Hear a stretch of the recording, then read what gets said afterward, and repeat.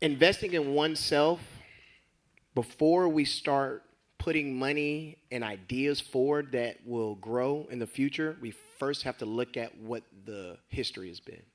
So just as you mentioned budgeting, part of investing in oneself is seeing like, all right, who am I? And the most beautiful equation of who you are is looking at your bank statements. That's going to let you know where you've been spending your money.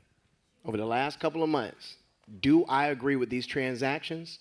And if I continue them, am I going to live the life that I want for the future? So we got to look in the mirror. Don't be mad at yourself. You just got to make some adjustments. Once you can see the what we like to call oxygen in your budget, which means there's room for you to be able to put money towards things that will activate the vision or the dream that you see for yourself, that's when we start going, what is the lowest level of fruit that we can get to that will allow me to start going in that direction? Information, books, research, and probably the most important in all of that is relationships. Yep. Who is someone that I can connect with to download this information to that's going to upload the know-how so I can put it into life? Come on And now. so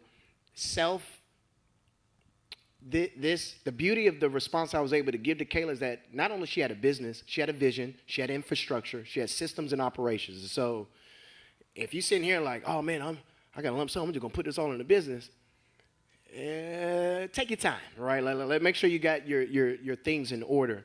But investing in oneself, it's not going to require three to five people. It's just going to be time with yourself and start asking yourself those hard questions on who am I, what am I, and why am I here?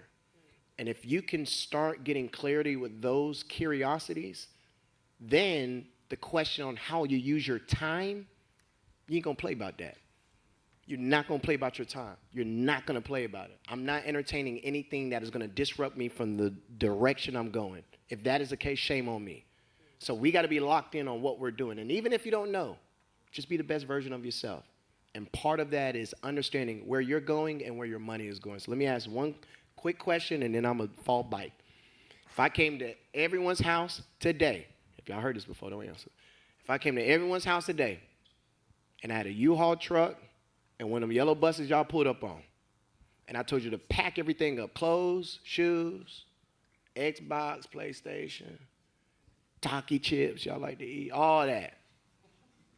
And I get on that bus and I close it like this. That's the old boy. Crank it up. What's the one question you're going to ask me? Where are we going?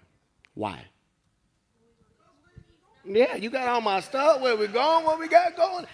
Question, is the stuff that you put in a U-Haul valuable? Okay, question, are you valuable? Okay, so that's why the simple question of where you're going has to be answered to ensure that you know how to manage not only your budgeting, but also your vision. So, but I ain't going to take y'all. It's okay. I ain't going to take y'all. We ain't going nowhere. Yes, ma'am. All right. But that's all I got for that.